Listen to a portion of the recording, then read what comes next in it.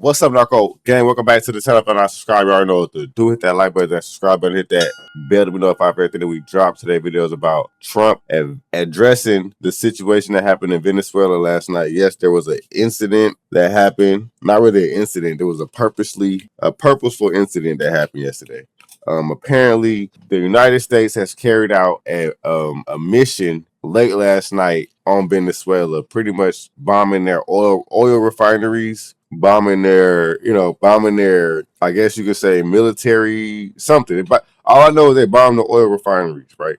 That's all I know right now. So with that being said, I guess it's Content Narco Gang. Late last night and early today, at my direction, the United States Armed Forces conducted an extraordinary military operation in the capital of Venezuela. Overwhelming American military power, air, land, and sea, was used to launch a spectacular assault, and it was an assault like people have not seen since World War II.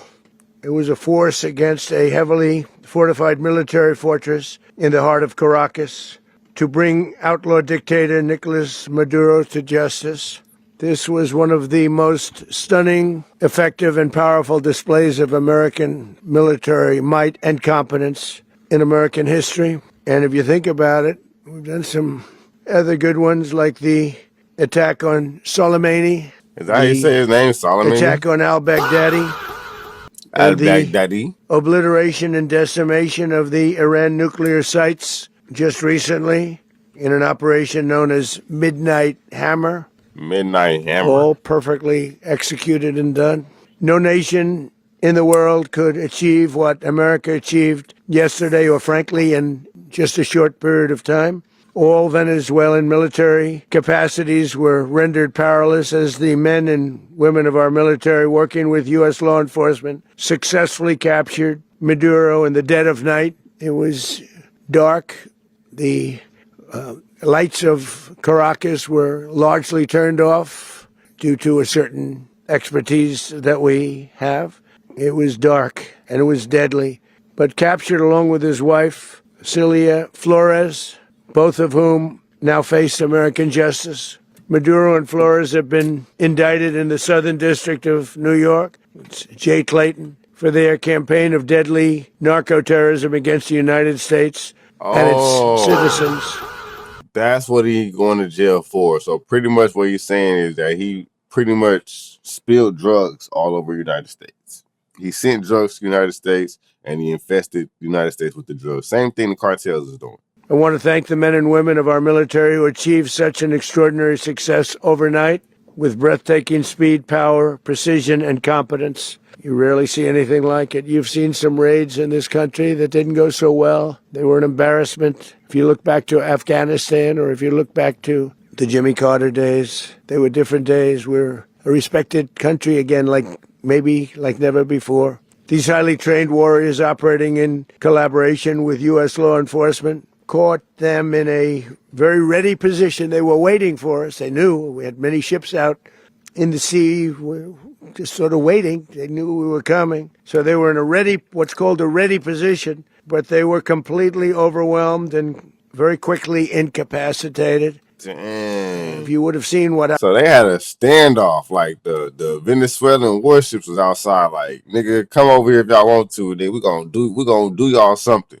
And what happened was it was an airstrike. So I guess the Venezuelans wasn't really thinking like, okay, it's about to be it's going to be a warship battle. No, we finna send them F-18s. We finna send them, you know what I'm saying? Hell no. I saw last night, you would have been very impressed. I'm not sure that you'll ever get to see it, but it was an incredible thing to see. Not a single American service member was killed, and not a single piece of American equipment was lost. Not one single many helicopters, many planes, many people involved in that fight. But think of that, not one piece of military equipment was lost, not one service member was, more importantly, killed. The United States military is the strongest and most fearsome military on the planet by far, with capabilities and skills our enemies can scarcely begin to imagine. We have the best equipment anywhere in the world.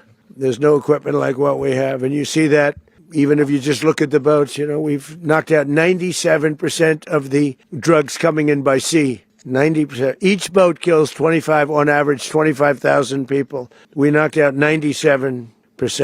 And those drugs mostly come from a place called Venezuela. We're going to run the country until such time as we can do a safe, proper, and judicious transition. So we don't want to be involved with having somebody else get in, and we have the same situation that we had for the last long period of years. Yeah, that's a fact. So we are going to run the country until such time as we can do a safe, proper, and judicious transition. And it has to be judicious because that's what we're all about. We want peace, liberty, and justice for the great people of Venezuela, and that includes many from Venezuela that are now living in the United States and want to go back to their country. It's their homeland. We can't take a chance that somebody else takes over Venezuela that doesn't have the good of the Venezuelan people in mind. We've had decades of that. We're not going to let that happen. We're there now, and what people don't understand, but they understand as I say this, we're there now, but we're going to stay until such time as the proper transition can take place. So we're going to stay until such time as we're going to run it, essentially, until such time as a proper transition can take place.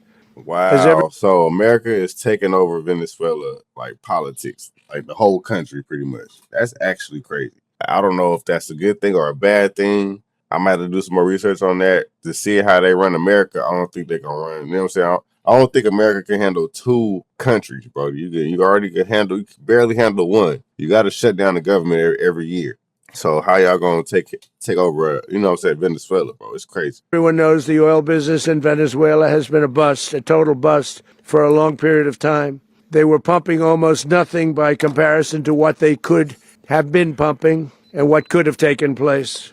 We're going to have our very large United States oil companies, the biggest anywhere in the world, The biggest. go in, spend billions of dollars, fix the badly broken infrastructure, the oil infrastructure, and start making money for the country. And we are... My thing is, why is this even our business, bro? You know, that's where I'm confused at. Why do we have, I mean, I understand what the dude did, what the president did was illegal, especially on American soil. But why do we have to, you know, why can't they just elect the new president over there? Why do we have to take control over their country? I don't get that part. But understand, there is oil over there.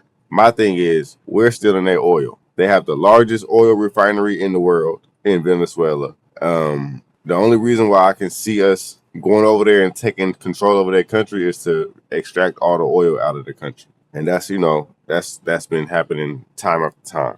So let me know what y'all think about this in the comments. Let me know if y'all think this is just, if y'all think America is doing this on purpose, just, you know, to get the oil from Venezuela, or are they trumping up, no puns intended, are they trumping up charges on Nico or Nicholas, whatever his name is?